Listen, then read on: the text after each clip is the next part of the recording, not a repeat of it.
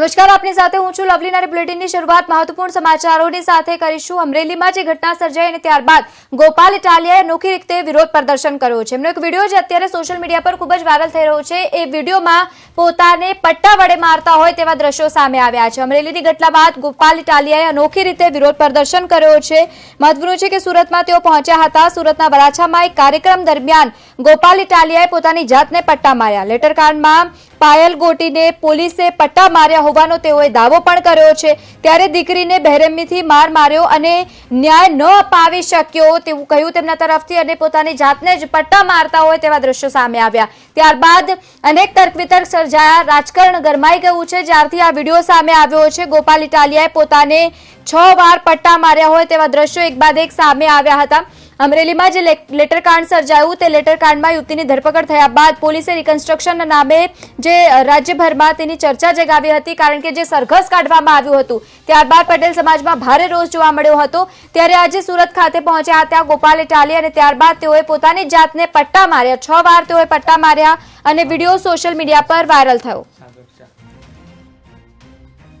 તો આજ મુદ્દે આપણી સાથે સાગર શાહ કોંગ્રેસના નેતા ફોન લાઈન પર જોડાયા છે। સાગરભાઈ, સ્વાગત છે આપનું નેટવર્ક ન્યૂઝમાં।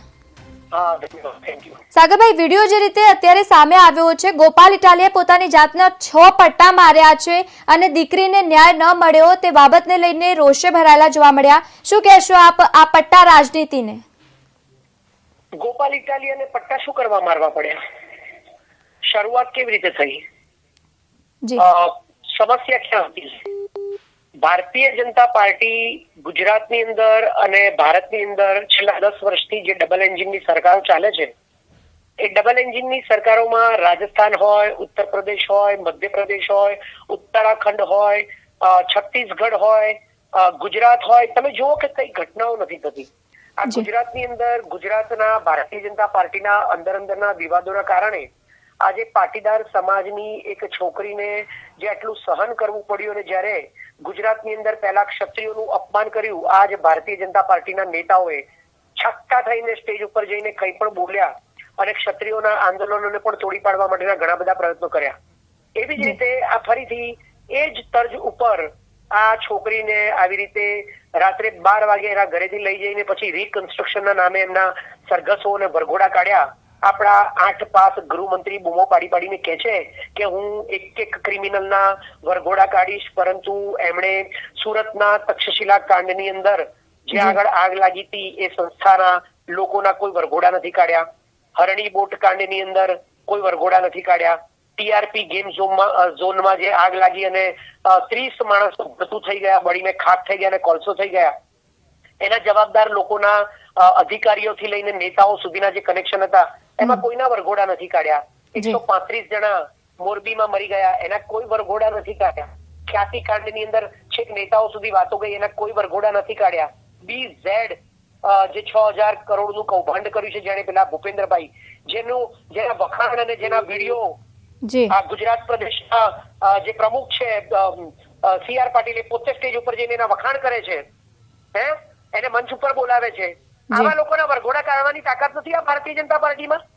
અને તમે પછી એમ કહો છો કે કોંગ્રેસ આમ કરે છે, ગોપાલ ઇટાલિયા આમ કરે છે, આપ આમ કરે છે। અરે તમે જુઓ કે દિલ્હીની અંદર પેલો રમેશ વિધુડી, આ ભારતીય જનતા પાર્ટીનો નેતા, ખુલ્લેઆમ કોંગ્રેસના મહિલા નેતા જ આ ગુજરાતની દીકરીને જે રીતે બધાની વચ્ચે હેરાન કરવામાં આવી, અપમાનિત કરવામાં આવી, એને આરોપી બનાવવામાં આવી, એના વરઘોડા કાઢવામાં આવ્યા, એવી રીતે પ્રિયંકા ગાંધી તો એક હાઈ પ્રોફાઇલ લીડર છે, નેતા છે। જી, તો આપના મતે જે આજે મારી વાત સાંભળો કે આ ભારતીય જનતા પાર્ટીના નેતાઓ આટલા હાઈ પ્રોફાઇલ મહિલા નેતાઓનું અપમાન કરે છે કે હું મારા એરિયામાં એવા રોડ બનાવીશ કે પ્રિયંકા ગાંધીના ગાલ જેવા રોડ બની જાય। પછી આતિશી જે આપના નેતા છે મહિલા, એમના વિશે ગમે તેવું બોલે છે અને એ જ નેતાને સ્ટેજ ઉપર હાજર રાખીને આપણા દેશના વડાપ્રધાન એ દિલ્હીની અંદર પ્રચાર કરવા જાય છે, ઉદ્ઘાટનો કરવા જાય છે। તો આપણા દેશની ઓથોરિટી આ ભારતીય જનતા પાર્ટીના દેશના વડાપ્રધાનથી લઈને એમની ડબલ એન્જિનની સરકારની અંદર મૂકેલા પપેટ મુખ્યમંત્રીઓ અને ગૃહમંત્રીઓ અને ગવર્નરો, એમના ગુલામો, આ બધા લોકો આખા દેશના દરેક પ્રકારની મહિલાઓ, હાઈ પ્રોફાઇલ નેતા હોય કે કોઈ સમાજની દીકરી હોય, આ લોકોનું ખુલ્લેઆમ અપમાન કરે છે। ડબલ એન્જિનની સરકારમાં 10 વર્ષની છોકરીથી લઈને 72 વર્ષની વૃદ્ધના બેક ટુ બેક બળાત્કારો થઈ રહ્યા છે. એની અંદર ભારતીય જનતા પાર્ટીના નેતાઓ સંડોવાયેલા હોય છે, એની અંદર ભારતીય જનતા પાર્ટીના કાર્યકર્તાઓ સંડોવાયેલા હોય છે. બિલ્કિસ બાનુ અને હિન્દુ બનારસ યુનિવર્સિટીની અંદર 3 ભારતીય જનતા પાર્ટીના કાર્યકર્તાઓને બળાત્કારીઓને રિહા કરી દીધા છે ભારતીય જનતા પાર્ટીના લોકોએ. આપ અત્યારે જુઓ તો આ જે મેટર થઈ એમાં હવે જે પટ્ટા મારવામાં આવે એને પોલિટિકલ સ્ટન્ટ ગણાવવામાં આવી રહ્યું છે. ને શું લાગે છે આપને સાગરભાઈ કે પટ્ટા મારવાથી લોકોની આત્મા જાગી જશે? જુઓ, આ દેશની અંદર માત્ર Bharatiya Janata party political party નથી. આ દેશની અંદર 1947 થી કોંગ્રેસ થી લઈને અનેક પ્રકારની પોલિટિકલ પાર્ટી છે અને દરેકને આ દેશમાં બોલવાનો અધિકાર છે. જે સત્તારૂઢ પાર્ટી છે, જે સત્તારૂઢ પાર્ટીના નેતાઓ છે, જે સત્તારૂઢ પાર્ટીના ઓથોરિટીઝ છે, દેશના વડાપ્રધાન થી લઈને દરેક ડબલ એન્જિનની રાજ્યોની સરકારના મુખ્યમંત્રીઓ અને એના ગૃહમંત્રીઓ જે લોકોને ધમકાવે છે કે તમે કાયદામાં રહેજો, નહીં તો તમારા બાળકોને અમે વરઘોડા કાઢીશું, પણ તમે ગુનેગારોને, ક્રિમિનલોના વરઘોડા કાઢતા નથી. સ્ત્રીઓના અપમાન કરો છો, મહિલા નેતાઓના અપમાન કરો છો, સમાજની દીકરીઓનું અપમાન કરો છો. એ નાટક નથી? જી ઠીક છે, એ સ્ટન્ટ નથી એ? અને હવે તમે છોકરીને છોડી દીધી જ્યારે ગુજરાતની જનતા બહાર આવી, ગુજરાતની જનતાએ હોબાળો મચાયો, ચારે બાજુથી લોકો જામીન મળ્યા નોકરી આપી અને દીધી, સાથે છોડી દીધી. બેટી મારી વાત સાંભળો, એને છોડી દીધી તો પછી તમને પહેલા ખબર નથી પડતી છોડી દેવાની, અને પછી તમે એને નોકરી આપી દીધી જેથી એ બોલે નહીં. એ છોકરીને પટ્ટા મારવામાં આવ્યા છે એવું છોકરીએ કહ્યું છે. તમે આ ભારતીય જનતા પાર્ટીના નેતાઓ ક્યારે સુધરશે? છોકરીઓના બળાત્કાર કરે છે, સેક્સ સ્કેમમાં એમના નામ હોય છે, છોકરીઓના અપમાન કરે છે, એમના અંગ ઉપાંગોના ઉદાહરણ આપીને અમે આવા રસ્તા બનાવીશું, એમના ગાલ જેવા રસ્તા બનાવીશું. Vote the hair they are talking? કોણ નાટકો કરે છે દેશમાં? કોણ નાટકો કરે છે દેશમાં? ગોપાલ ઇટાલિયાનું નાટક દેખાઈ ગયું તમને? કોંગ્રેસના નેતાઓ વિરોધ કરો તો એને કહો છો કે રાજકીય સ્ટન્ટ કરે છે, રાજકીય વિરોધ કરે છે, રાજકીય રોટલા શેકે છે. તમે શું કરો છો દેશમાં? બિલકુલ બિલકુલ. ચારેય બાજુ તમારી સરકારો છે ડબલ એન્જિનની, અને બહુ ગર્વ લો છો. તમે પ્રિયંકા ગાંધી, આતિશી થી લઈને સોનિયા ગાંધી થી લઈને સમાજની આવી દીકરીઓ, તમે મહિલાઓના અપમાન કરો છો અને બળાત્કારીઓને મંચ ઉપર ઉભા રાખો છો. રમેશ વિધુડીને મંચ ઉપર ઉભો રાખીને દેશના વડાપ્રધાન ઠીક છે સાગરભાઈ, જી બિલકુલ. આપ અમારી સાથે જોડાયા તે બદલ આપનો ખૂબ ખૂબ આભાર. તો જે રીતે અત્યારે આ વિડીયો સોશિયલ મીડિયા પર ખૂબ જ વાયરલ થઈ રહ્યું છે, જેમાં ગોપાલ ઇટાલિયા પોતાની જાતને 6 વાર પટ્ટા મારતા હોય તેવા દ્રશ્યો સામે આવ્યા.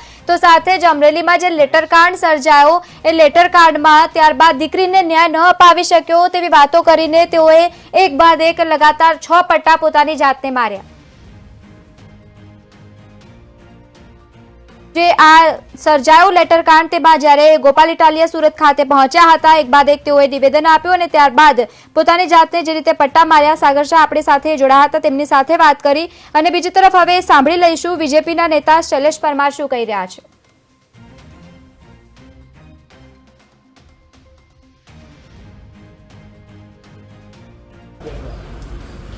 ગોપાલભાઈ ઇટાલિયા આમ તો હાસ્યમાં ધકેલાઈ ગયા છે. જ્યારથી એમને પ્રદેશ પ્રમુખનું પદ છીનવાઈ ગયું છે ત્યારથી મીડિયામાં છવાવાનો કોશિશ કરે છે અને આવી નાટકબાજી કરે છે.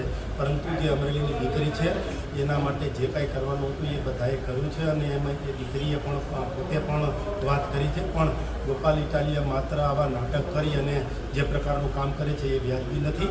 ભૂતકાળમાં ગોપાલ ઇટાલિયાએ પણ ઘણું માફી માગવી પડે એવા કાર્યો કર્યા છે. કથાકારોના પણ અપમાન કરનાર આ ગોપાલ ઇટાલિયા છે. પૂર્વ ગૃહમંત્રી છે, એમને જૂતું મારી અને અપમાન કરનાર આ જ ગોપાલ ઇટાલિયા છે. એટલે આવા નાટકો બંધ કરવા જોઈએ. અને ગોપાલ ઇટાલિયા નહીં પણ કોંગ્રેસને પણ કહેવા માગું છું કે બધી જ બાબતોમાં રાજનીતિ ન કરવી જોઈએ. દીકરીને માટે જે કાંઈ કરવાનું છે એ કાયદાનું કામ કરે છે અને એમાં પણ જે કાંઈ કરવાનું છે બધું જ કર્યું છે.